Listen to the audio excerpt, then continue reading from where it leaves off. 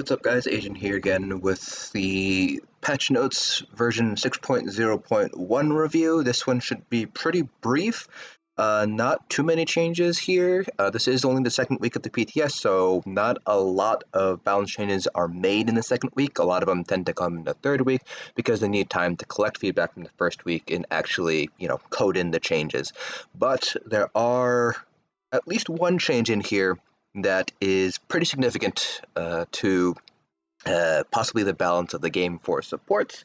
I shouldn't say balance. I guess setup for supports here, and it's not exactly a good change either.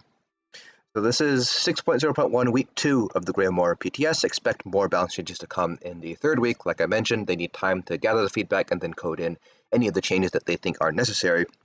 And that will probably be coming in week 3, 4, and 5. So for here, it's just a lot of bug fixes here and there. They're introducing Mid-Year Mayhem on the PTS. Those guys who want to check that out.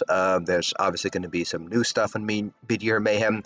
And hopefully, with the server stability, or lack thereof, I guess. We don't know if Mid-Year Mayhem is actually going to happen or not. So hopefully it will happen. I know it was canceled, I think, 2 years ago. I don't actually remember if it was canceled last year, this last one. But we'll see whether server stability is improved or not enough that they feel comfortable actually doing Mid-Year Mayhem. Add some new Crown Store stuff so you can get the Vampire and Werewolf skill lines. There's a new Alliance Change token for those guys who have not been keeping up. You can get an Alliance Change token now, so if you wanted to play with your friends in Cyrodiil, you can now do so by just changing your alliance here. But it is obviously going to cost crowns. They do mention here that there are some caveats here. So some quests will have their progress reset or removed or replaced entirely with the appropriate quest for that particular alliance. You'll also be removed from your current home campaign, and your leaderboard progress will also be removed, and you'll have to wait 12 hours until you can select a new alliance locked home campaign. So just bear that in mind. If you decide to do with the alliance change, you do have to wait 12 hours before you can go into a new alliance locked campaign in order to start up your leaderboard progress again. This is likely just to avoid people from, going from somehow exploiting the alliance change tokens here with real-world money. Some new stuff with templates. There are some known issues here, but the one we're going to be really taking a look at here first is going to be changes that have been made in the Kyne's Aegis trial. Now, I haven't gone into the PTS and done the trial yet. I only raid with Mayflower now, and we've been focusing in on getting Godslayer before Greymoor comes out. But generally speaking, just looking through all these, it's basically a couple of fixes with a couple of abilities here, so they actually operate as intended. A couple of buffs, mostly. So a lot of damage increases, for example. You see here increase the damage of an ability and its dot, and they also increase the health as well. And then for each boss, they did increase the power. Well, they say power, so it's not sure what they mean by power, whether that means damage and health, or they're introducing mechanics that were turned off for the first week. So don't know exactly what they mean by power, but each of the bosses have been more or less buffed. The first two particularly were buffed. The third one, you can see this list of changes here. You can probably just read through all these changes if you guys are running through Kyne's Aegis on the PTS. I'll have a link in the description below to these patch notes. But the big one that we're taking a look at here is going to be under itemization. Where is it? Here under combat and gameplay. So cooldown for activating ability after weapon swapping has been reduced from half a second to a quarter of a second to better match the animation. Note that this still does tie you down to the global cooldown now, so swap canceling shouldn't be any different in terms of overall time it takes between ability bar swap ability, but it should feel more fluid now. If anything, this is going to be a very, very, very minor change in the amount of DPS you're able to do. Like I said, you're still limited to the global cooldown, so this shouldn't change anything at all. It just should feel more fluid. Beyond that, though, the big thing here are they did change a couple of item sets here. The big ones being the new trial sets from Kyne's Aegis. So first, Deadly Strike will now actually work with Rapid Fire and its morph, so that is the Ballista. So it will actually work with Ballista now. But the big thing here we're taking a look at are going to be the changes to the trial sets. So Kyne's Wind and Perfected Kyne's Wind, this is the healer set from Kyne's Aegis. They reduced the magic and stamina restored from the set to 399 per tick, down from 508. Now, this is actually a fairly significant nerf. So this ends up being about 109 resources per tick. which actually does make it worse than Sentinel, and arguably worse than Symphony of Blades when you take into consideration the amount of text you get as well as the cooldown overall. So Kyne's win might not be worth running any longer because of this nerf. The reason why they're doing this really is all trial sets have been reduced in their total effectiveness due to an error in calculating their set bonus efficiency. I probably have alluded to this before, but I think set bonus efficiency is a complete... It's a bad way to balance sets, basically. So I don't agree with their set bonus efficiency, but that is their reasoning for why they're nerfing Kyne's win. Roaring Opportunist and Perfected Roaring Opportunist, this is the DPS, magic DPS set from Kyne's Aegis. These sets are now determined their duration based on the amount of damage done from the heavy attack that procced it rather than a flat 10-second duration. Duration is determined by 1 second for every 8,000 damage dealt with a minimum of 5 seconds and a maximum of 10 seconds. It also no longer requires you to heavy attack off-bounce targets, but it does still have a 22-second cooldown, so it's basically still on that off-bounce cooldown. Remember, off-bounce is 7 seconds on, 15 seconds off for that 22-second cycle, so essentially you still have to heavy attack off-bounce targets. There have already been a bunch of tests on the PTS done, trying to figure out how this set works, and basically what it is you for every 8,000 damage you have 1 second of duration. So if you do 16,000 damage on a heavy attack, you get 2-second duration, but because the minimum is 5 seconds, you actually get a 5-second duration. So to actually hit the maximum 12 seconds here, you need to do a heavy attack that hits for 96,000 damage. Now on a stereotypical healer build, it's not going to happen. You basically need to build for heavy attack damage here. So that's adjusting your CPs to put a lot of CPs in the Staff Expert and Master at Arms. You need to use an Inferno Staff for the additional bonus to the heavy attack damage you get from running the Inferno Staff. You're going to need to basically time it with off bounce because you do more damage with off bounce against off bounce enemies when you're heavy attacking. You need to time it with Major Vulnerability. All that to get the maximum 12 seconds. So this basically more or less turns into you're guaranteed to get 5 seconds out of 22 seconds if you just heavy attack at all. So that ends up being about a 25%, a little less than 25% uptime, which is arguably not worth it. You're better off just running 2 Master Architects, but I will be doing at the very least some theoretical math on that just to kind of see where that all stands. I'm sure people are going to do actual raid tests and I'll report back on those, but right now my raid groups and the groups I run with, they don't really do PTS raids, so I'm going to have to rely on other people to test that for me.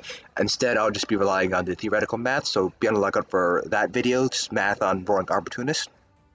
So there has been talk about pairing Roaring Opportunist with Jorvald's Guidance to get a minimum of 7 seconds, so now you have 33% uptime, which might be worth it. Again, it still remains to be seen. We'll have to see how this plays out in an actual trial environment, but it might not be worth running Roaring Opportunist anymore, or at the very least, it might shift to DPS as a DPS support hybrid set sort of thing instead. So the changes were done to help reinforce this set as a damage dealing set to help ensure builds who specialize in heavy attacks are aptly rewarded compared to those that do not.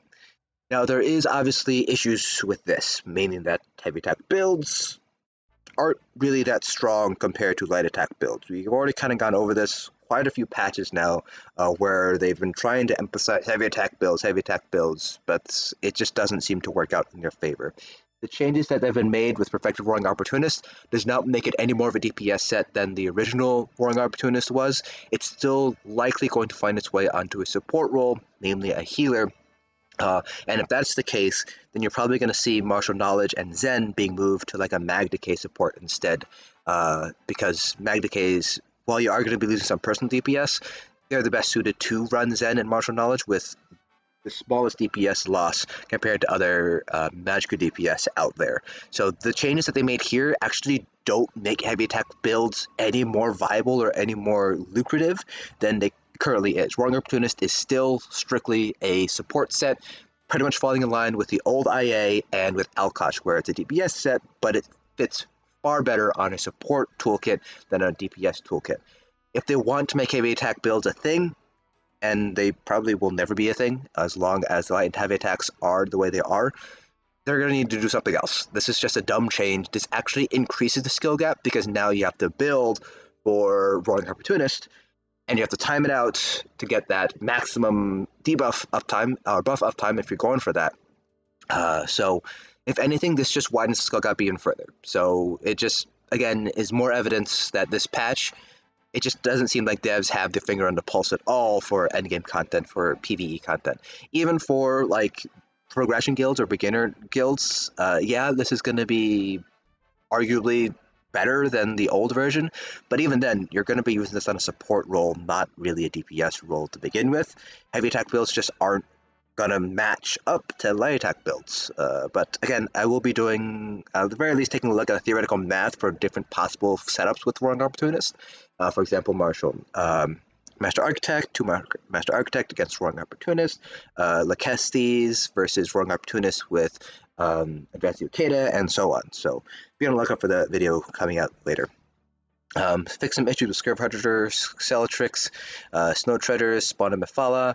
Student's Favor was nerfed. I know this was a big set that people were complaining about in PvP because of the giant amount of pen that you get, so it's been nerfed down to 11,130 instead of 13,355. Not sure if this is a sufficient nerf. Again, I don't PvP enough to really know, but it should sort of address a little bit of its strength in PvE content. Rolls Command and Perfective Rolls Command. This is the heavy set. They increased the cooldown of the sets to 36 seconds, up from 28. This just makes it even less viable. So these sets give Major Aegis, which is already a useless buff already for most guilds. So yeah, they just took a shit set and just made it even shittier. So no idea what's going on there. Yandir's Might and Perfected Yandir's Might. This is the medium DPS set.